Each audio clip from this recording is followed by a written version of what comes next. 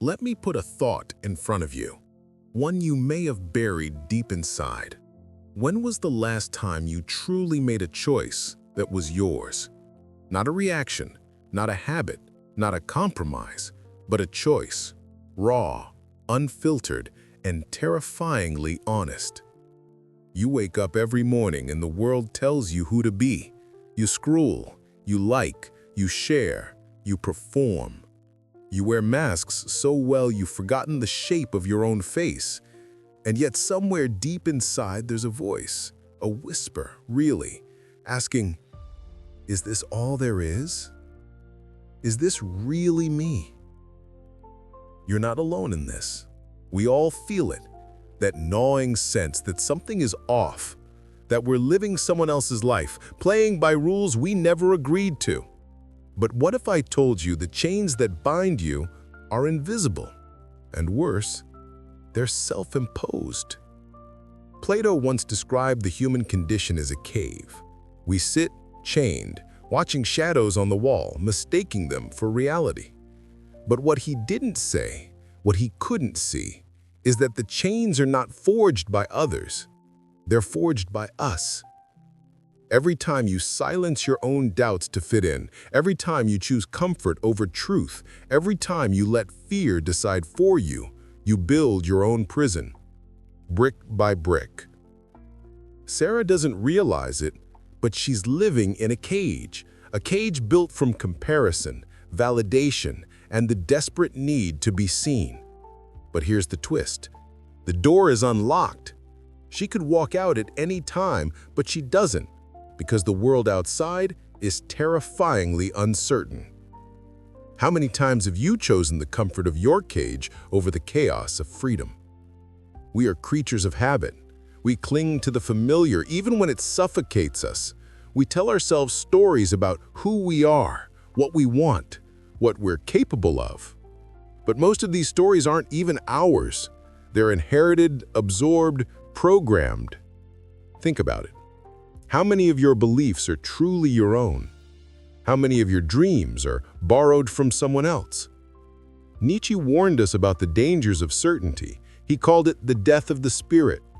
We crave answers, rules, formulas, anything to avoid the terror of not knowing. But certainty is a drug. It numbs us. It makes us obedient. David's not lazy.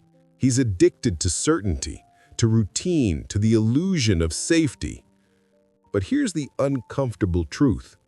The more certain you are, the less alive you become. What if the only way to truly live is to embrace uncertainty, to step into the unknown, trembling but awake? Children know this instinctively. They play, they explore, they risk, but somewhere along the way, we lose that courage. We trade wonder for security. But security is an illusion. The world is always changing. The ground beneath your feet is never as solid as you think.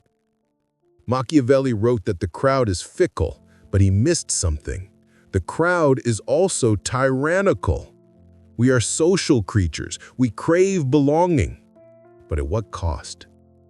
Alex's story is your story. It's my story. It's the story of every human who's ever felt the sting of exclusion. But here's the twist. The crowd doesn't care about you. It cares about conformity. How much of your life have you sacrificed on the altar of acceptance? We are herd animals. We mirror, we mimic, we mold ourselves to fit. But every time you betray your own values to fit in, you lose a piece of yourself. And one day you wake up and realize you don't know who you are anymore. We love the myth of the self-made man, the lone wolf, the rebel. But Bonhoeffer, the theologian who defied the Nazis, saw through this illusion. He wrote that freedom is not in isolation, but in relationship. We are shaped by others, by their love, their cruelty, their indifference. Maria learns that freedom isn't about cutting ties. It's about choosing which ties to keep. Who are you letting shape you? Are you choosing your influences, or are they choosing you? Even the greatest minds needed others. iron sharpens iron. We grow through friction, through challenge, through connection. Plato said that desire is the root of all suffering. But what he didn't say is that desire is also the root of all creation. You want, you long for something more. But most of us never question where our desires come from. Tom's desires weren't his own. They were planted by advertising, by culture, by the expectations of others. What do you really want? Not what you've been told to want, not what you think you should want, but what your soul aches for. Children know their desires. They create, they imagine, they dream. But as we grow, our desires are hijacked by parents, by teachers, by society. It's time to reclaim your desires, to ask yourself honestly, what do I want when no one is watching? Here's the paradox. The more you chase freedom, the more you realize it's not about doing whatever you want. It's about knowing what you want and having the courage to pursue it, even when it costs you everything. Laya's freedom isn't glamorous.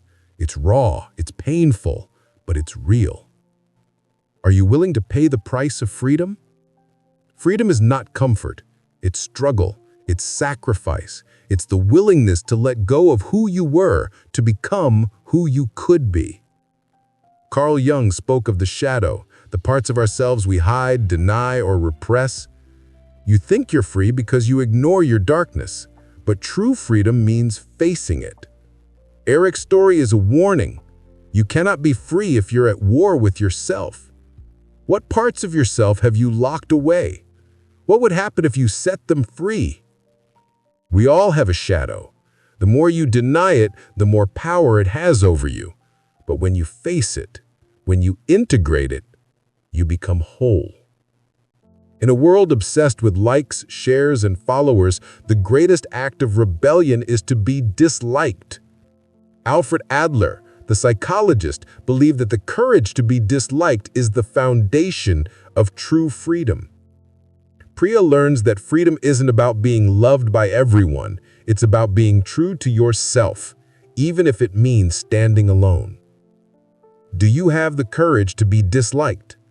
Standing out is dangerous. It invites criticism, rejection, even hatred. But it's the only way to be free.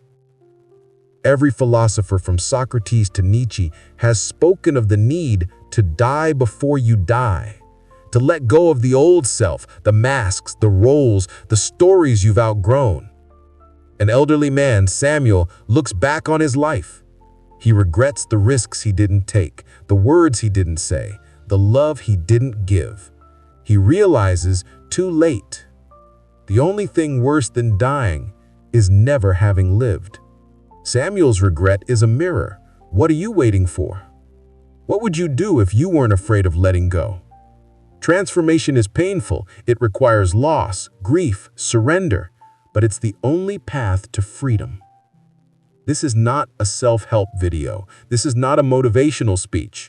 This is an invitation to wake up, to see the chains you forged, to question the stories you've inherited, to step into the terrifying, beautiful, unknown. You are not as free as you think, but you could be. We live in an age obsessed with progress, faster, better, more. But what if progress is just another cage? Mark's story is a warning. Progress without purpose is just motion. It's running on a treadmill, going nowhere. What are you moving towards? Is it your own destination or someone else's? Sometimes the bravest thing you can do is stop to ask, why am I doing this? Who am I becoming? In a world that never stops, stillness is an act of rebellion. Plato taught that wisdom begins in wonder, but wonder requires space, silence, stillness. Emily discovers that stillness is not emptiness. It's presence, it's awareness. It's the foundation of freedom. When was the last time you were truly still? Not distracted, not entertained, not productive, just present. We are obsessed with identity. We define ourselves by our jobs, our beliefs, our tribes. But identity is a double-edged sword. It gives us meaning, but it also limits us. James's story is a warning. You are not your job. You are not your beliefs. You are not your tribe. Who are you when everything else is stripped away? Identity is fluid. It's a story you tell yourself, but you can always write a new story. Freedom is terrifying because it means responsibility. Sartre said we are condemned to be free. Every choice is a burden. Every path not taken is a loss. Leo's paralysis is the curse of freedom, but it's also its gift. There are no guarantees, no perfect choices, only the courage to choose and the wisdom to learn. We think freedom means no limits, but true freedom is found within limits. A river without banks is just a flood. A life without boundaries is chaos. Anna learns that limits are not prisons. They are frames. They give shape to freedom. What limits have you chosen? Are they serving you or suffocating you? We run from pain. We numb, we distract, we escape. But suffering is a teacher. Nietzsche said to live is to suffer.